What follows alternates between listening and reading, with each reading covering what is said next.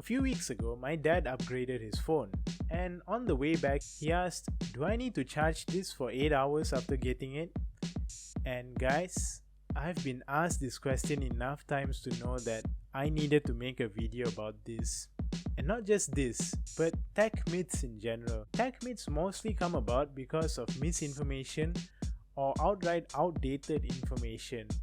And I thought it would be a fun idea for a video to go over some of the most common tech myths, how they came to be, why they are the way they are, and why we should stop believing in them. So here are the most common tech myths busted. The first myth is batteries need to be charged for 8 hours when you first get a phone. Coming back to my dad's question, this myth came about when phones in the past still used nickel-cadmium batteries. To put it simply, nickel-cadmium batteries have a sort of memory that determines its capacity, and the way you would calibrate this memory was to charge it correctly. So that's why in the past, when you got a new phone, manufacturers would recommend that you charge that phone up to 100% and then leave it plugged in for 8 to 12 hours. Leaving it plugged in that long would make sure that this memory is correctly calibrated and your phone works as it should. Nowadays, however, smartphones and honestly really any device uses lithium-ion batteries instead.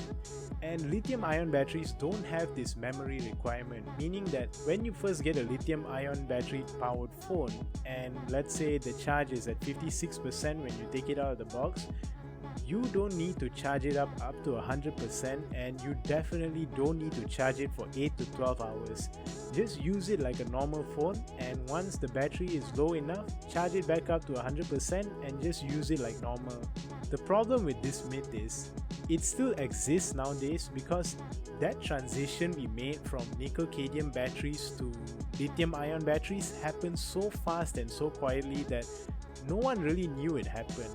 So that's why we still think that we are using nickel-cadmium batteries that need to be babied so much, when honestly lithium-ion batteries are quite hardy and they don't need this kind of 8 to 12 hours charge when you first get the device. The next myth is you cannot charge your phone overnight or charge it past 100%. I'm sure you guys have heard this before. You were told not to leave your phone charging while you sleep overnight, and once it hits 100%, you should immediately unplug it. Don't leave it charging longer than 100%. Except, these two things aren't really true anymore. And to get to the bottom of this, we have to go back to nickel-cadmium batteries again. And yes, back in the day when we were using nickel-cadmium batteries, there was some truth to this myth. And that had to do with the memory we spoke of earlier. So what happened was, if you were to overcharge a nickel-cadmium battery, that memory would start becoming inaccurate over time. And what I mean is, after a while, it would start reporting that it had less capacity than it actually had. So that's why we were advised to immediately unplug our phones once they reach 100% after that initial calibration. Lithium-ion batteries don't really have this problem, and it's because of something known as trickle charging. So the way trickle charging works is, imagine you have a battery and you charge it up from 0 and it goes up to 80%. Once it hits 80%, it stops charging as fast and it slowly trickles its charge back up to 100%. And there's a few reasons why this happens. The first is, it's to preserve the battery life, because trickle charging from 80% back up to 100 puts less of a strain on the battery, making it last longer. But the more important reason why trickle charging happens is because it poses less of a danger to the battery. Once that trickle charging completes at 100%, your phone is smart enough to shut off charging to the battery. And it doesn't matter if your phone remains plugged in, the phone will stop receiving a charge and it'll switch to being powered by the battery. And this is why sometimes, even though you leave your phone charging and you're using it, you notice that the charge actually drops from 100% back down to 90 something. And this is because your phone is actually using the battery rather than charging continuously. And it will continue doing this until it hits 95 or 93 or 92%, and then the phone will decide, okay, it's time to restart the trickle charging, and it will slowly charge back up to 100%. and it'll keep repeating this process as long as you have the battery plugged into the charger. So because of trickle charging, there's no danger to your phone. You can leave it plugged in all night long and as long as you want, and the phone is smart enough to know when it has had enough charge and when it should stop charging and just rely on the battery power. Next up is, yet again, another battery myth. You should discharge your battery down to 0% and then charge it back up to 100%. I guess the battery industry really needs better PR, people. This is another leftover from the nickel-cadmium era of batteries, where this was actually healthy for those batteries. As we mentioned before, these batteries had a memory, and after a while they would become inaccurate. So one of the ways you could recalibrate the memory to become more accurate was to discharge it all the way down to a 0% and then charge it back up to 100%. And what this would do was, it would reset that memory so that it would relearn what its full charge cycle works. Ironically, doing this on lithium-ion batteries on modern day devices is actually bad for the battery, and this is because lithium-ion batteries don't have a memory to keep track of its capacity, and instead it relies on something known as charge cycles. So a charge cycle is defined as the number of times a battery can go from 100% down to 0%, and lithium-ion batteries have a finite number of charge cycles, meaning it's fixed. Once you run out of charge cycles, the battery is as good as useless. It doesn't have the memory problem of nickel-cadmium batteries, and charging it from 0 to 100% often is actually bad for the battery because you're using up those number of charge cycles. So this tip is both dangerous and outdated for lithium-ion batteries, so please don't discharge them down to 0% and back up to 100%. Next up is a classic. Higher megapixels equals better images.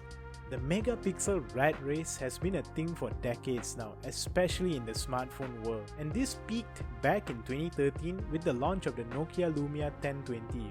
Remember that phone? Back in the day, that was the best smartphone camera in the world because it had 41 megapixels. Over the next few years, smartphone companies such as Samsung and Sony slowly bumped up their megapixel count to 16 megapixels and 20 megapixels respectively, before the whole industry just decided to standardize itself to roughly 12 to 13 megapixels. And for a while, this was the trend. But then over the last few years, we started seeing this rat race pick up again, such as the Honor View 20 I'm shooting on now. It has a 48 megapixel camera for some reason, and then came phones with 64 megapixels, and then now the industry standard is up to 108 megapixels just for a smartphone camera. And it's easy to think that yeah, the best way to get a good picture is to just slap on more megapixels. But there is a lot more than just megapixels that goes into getting a good image, like sensor size, pixel size, lens size, focal length, the lens glass material, whether your camera is optically or electronically stabilized, the image processing algorithms that go on, and the hardware that processes those images.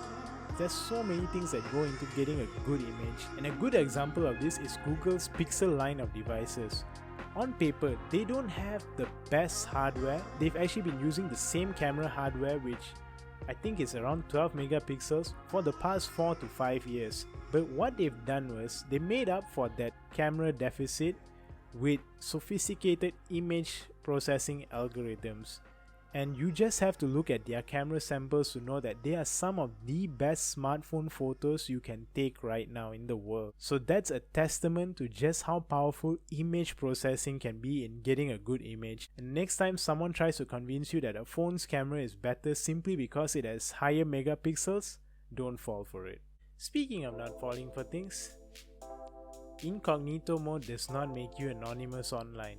There's this misconception that going incognito mode on your browser somehow makes you invisible online. No, it does not. All incognito mode is it opens a window with a separate session from your main browser, where it's basically a clean slate for your browser. So this window will have no login data, no cookies, no cache, no history from the main browser, and you can use this to log in to other websites without disturbing your main browser window. So this is useful for, let's say, if you want to lend your device to someone or someone lends that device to you and you want to use that browser without somehow tampering with their original browser settings or login data. You just launch Incognito Mode and you're done. You can log in your websites and you can use it. And the best part about Incognito Mode is what happens on that window stays on that window. So the moment you close that window, all that data that you collected during that session is gone. The browser does not record it and no one else can access it. That's great and all, but somehow people seem to think that this means that they're invisible online, and unfortunately it does not make you invisible online. In fact, the moment you start logging into your websites, companies will know who you are despite the fact that you're using Incognito Mode. This means that your internet service provider knows which websites you're browsing, from where you're browsing it, and depending on the websites and the location, they can cross-reference their data and figure out who you are. So if you're using Incognito Mode to do things thinking you're anonymous and you're safe, you're not. So please don't. So the next myth is one of my favorites, and it is using your mobile phone at a gas station can cause an explosion. This is a bit of a tricky one because legally this law is still in effect. If you go to any petrol station, you'll see this sign plastered everywhere. And because of that, people seem to think that it is true. After a bit of digging, I found that there was no proof that actually using your phone at a gas station can cause an explosion.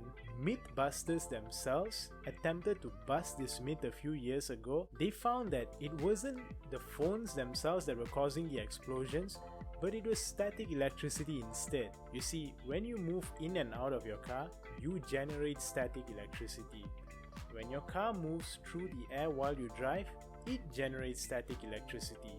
And when this amount of static electricity builds up, touching the car or brushing against it can cause a spark, and this spark is what ignites the fumes at a gas station and potentially causes an explosion. And it makes sense if you think about it, because let's say you were someone watching the CCTV footage or talking to eyewitnesses. All they would have seen was someone who was talking on their phone and the next minute an explosion. As the Mythbusters showed, there's no such relation between the two. Okay, next myth. You need an antivirus program on your phone or computer.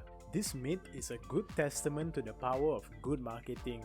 But no, you do not need an antivirus program on your PC or your phone. To get it out of the way, phone antivirus programs are a joke. They are not worth it because they don't operate on the same level as PC antivirus programs. Android and iOS are designed in such a way that viruses cannot take control of the entire system the way they can on PCs, and antivirus programs can't really exercise the same amount of control and authority as they can on PCs. So no, don't bother with phone antivirus programs.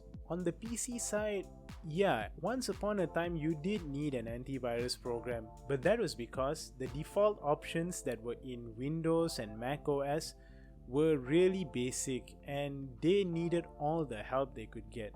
Not only that, but back in the day, the internet was more of a wild west, so there was no telling what you could stumble upon and what might end up infecting your computer. Now though, the default protection options in operating systems such as Windows 10's Security Center is plenty enough for most users.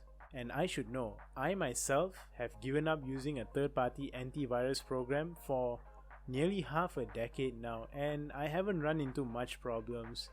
Keep in mind, I'm a power user, so I'm constantly tinkering with my device, like my desktop, and I'm constantly installing things from the internet, sometimes from shady websites, and yet the Windows Security Center has managed to keep me safe all this while.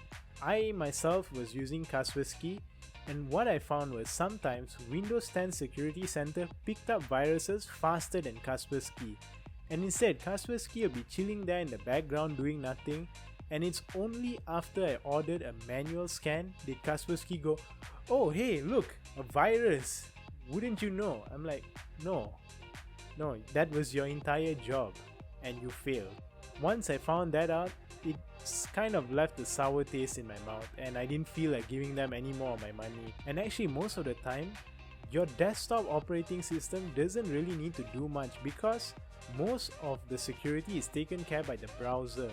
A lot of browsers nowadays are smart enough to avoid sending you to websites where you could potentially be infected. The best piece of advice I can give to you right now to keep your devices safe is just to keep it updated. And now for the last, but probably my favorite myth.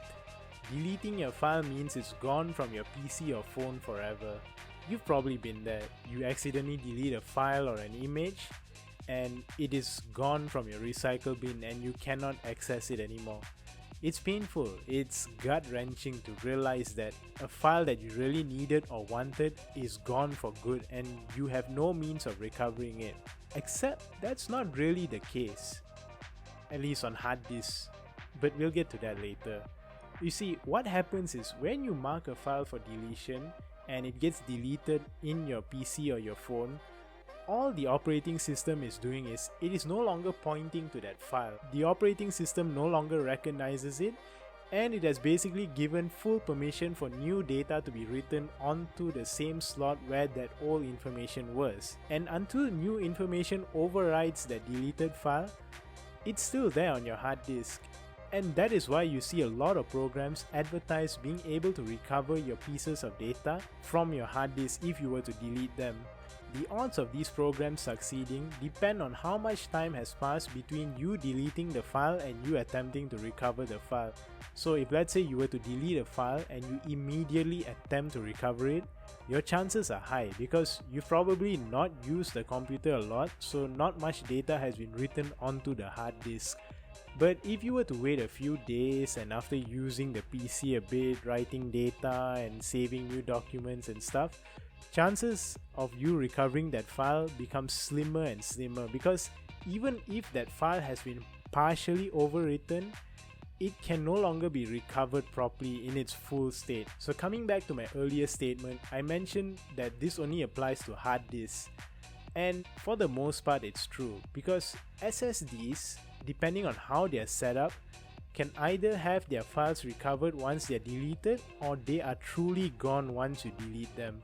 And this all has to do with something known as trim. And I won't go into the details about what trim is in this video, but just know that if an SSD has been set up with trim enabled, what this means is once you have marked the file for deletion, it will immediately purge that file. You have no way of recovering it once it's gone. Meanwhile, if an SSD does not have trim enabled, it sort of functions like a hard disk and you can recover the files through these recovery programs. Again, your mileage may vary. I'm not sure how different SSDs are set up, but the point I wanted to make in this myth is until you've attempted to recover your file and until you've exhausted all options available, don't panic, don't beat yourself up too much, try everything because odds are you could probably recover your file. Just don't wait too long till you attempt to recover it. And there you have it, those are my top 8 tech myths that really don't deserve any place in the modern world. I'll have some links in the description below for as many of the sources I could find online regarding these myths and why they are not true. I hope you guys enjoyed that. Maybe you could share this video to anyone who still believes in any of these myths. There's still a lot more tech myths out there and I'll probably do a follow-up video to this one in the future. Till then, thanks for watching. Like, subscribe and share if you enjoyed the video, and don't forget to follow me on Twitter and Instagram at _Rohin Nair for more behind the scenes stuff.